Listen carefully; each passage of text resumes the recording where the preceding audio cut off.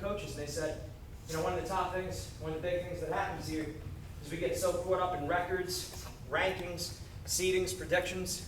But if I went around the room, would most of you guys know what your record is or what your rank is in the short conference?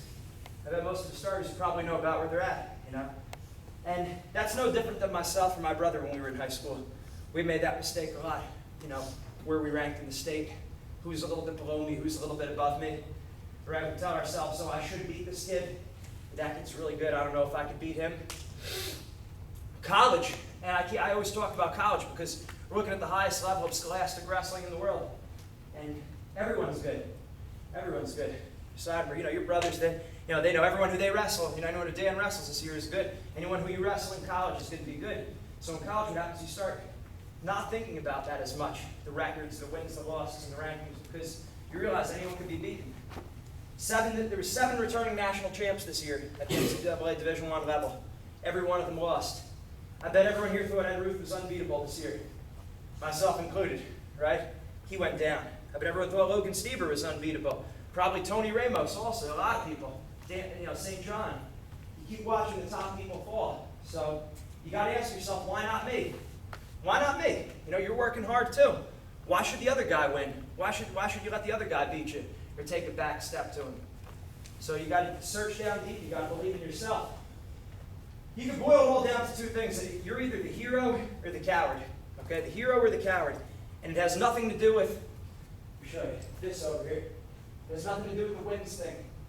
Okay? It doesn't have to do with if there's ranking somewhere here. It doesn't have to do with that. It comes down to, are you going to pull the trigger on your moves and matches or not? Are you going to make attempts or you're not going to make attempts? Right? Are you going to stay positive the whole match? Or are you going to get to a point during the match where you say, well, this is too tough, or I got a bad call, or my coach is on me. We break mentally, we get down on ourselves. You know? The hero or the coward. It has nothing to do with feelings. I could be scared stiff before my matches. That doesn't determine whether I'm the hero or coward. Getting my hand raised at the end of the match, that has nothing to do with am I the hero or the coward. It's what kind of effort did I put in during the match. Did I wrestle hard for 6 minutes? And that's it. You say yes, that's hero bracket. You say, hey, I gave up a little bit. I protected a 3-1 lead we were just talking about. If I'm winning 3-1, and there's one period left in the match, and I do this the whole time for 2 solid minutes in the third period to protect the 3-1 lead, I may get my hand raised at the end. In my mind, that's the coward. That's the coward. They're not playing to win. They're not playing to maximize their potential. You're not going 100%.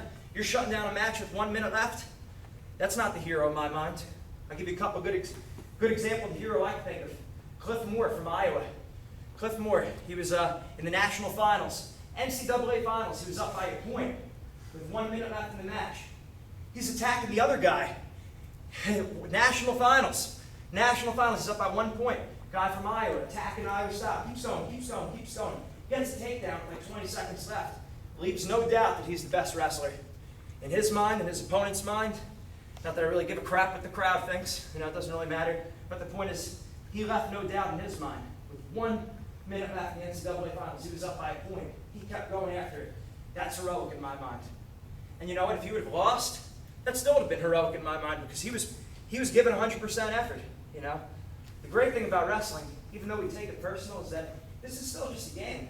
It's still sports. You know, you can try things out there. This isn't life or death. If this was, you know, you got to use extreme examples sometimes. If this is a war, if we're in a combat zone, you know, a mistake costs you your life. You know, you make a mistake in wrestling, you lose the match. It seems like the worst thing in the world at the time, but it's not. You know, there's greater tragedies going on. Why not give it your absolute best the whole time? I think about video games. I use this analogy because it's something a lot of kids can relate to. You know, what happens if you lose in a video game? What do? Do you quit playing the video game? What do you do? Restart. Bingo. You hit the restart button.